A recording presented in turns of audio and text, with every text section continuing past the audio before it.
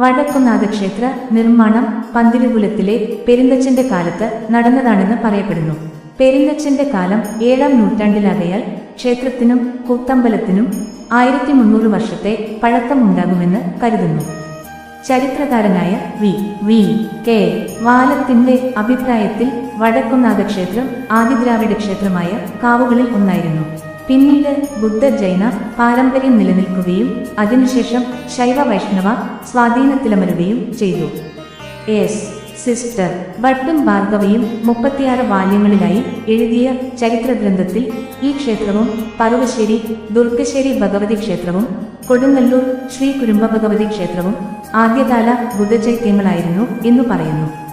ഇപ്പോൾ വടക്കുംനാഥ ക്ഷേത്രത്തിന്റെ കിഴക്കുഭാഗത്ത് തൃശൂർ നഗരത്തിൽ തന്നെ സ്ഥിതി ചെയ്യുന്ന പ്രസിദ്ധ ഭഗവതി ക്ഷേത്രമായ പാറമേക്കാവ് ക്ഷേത്രത്തിലെ ഭഗവതിയും ആദ്യകാലങ്ങളിൽ ഈ ക്ഷേത്രത്തിൽ തന്നെയായിരുന്നു പ്രതിഷ്ഠിക്കപ്പെട്ടിരുന്നത്.